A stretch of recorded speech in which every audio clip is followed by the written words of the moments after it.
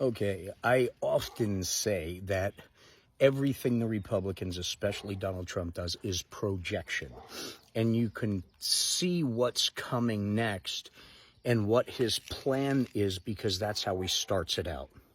And I was thinking about this because this has been obvious through everything. It's before, it becomes public that China, all this stuff, did all this money to Trump, and when they audited the 19 companies and all that, and it was going to be a news story, and he saw it coming because, of course, they're asked for comments on the news story. They have to be able to give their side. Usually they decline to comment, but they know what's coming. They know the next news cycle. So if they get an idea that an investigation down one, say an investigation in how many foreign countries put money into a hotel in a period of time, and out of 200 and some odd properties that make money off people staying or playing, he allowed the auditors to do like 19, and they found like $8.5 million that came just from China and all this. Right before that happened, there was this big thing about Joe Biden and Hunter Biden getting money from China.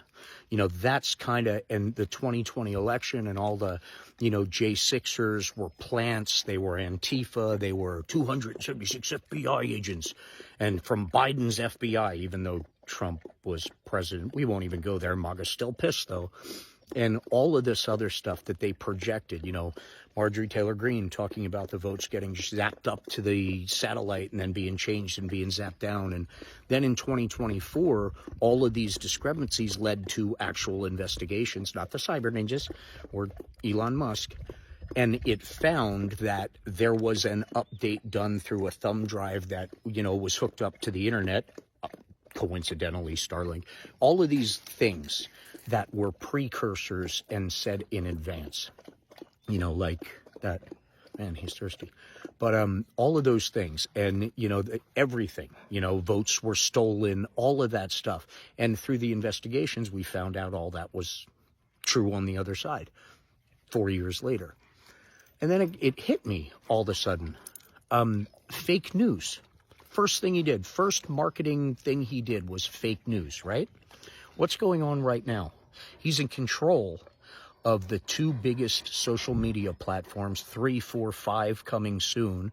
The merger between Paramount and, all of those things, the whole Stephen Colbert, Jimmy Kimmel, CBS, all of those stations, Sinclair, like 70% of what we see, plus the biggest social media. And he's censoring all of the news organizations. He's censoring them all. He's suing them, and he's basically making everyone comply. He has the schools teaching his way. Fake news.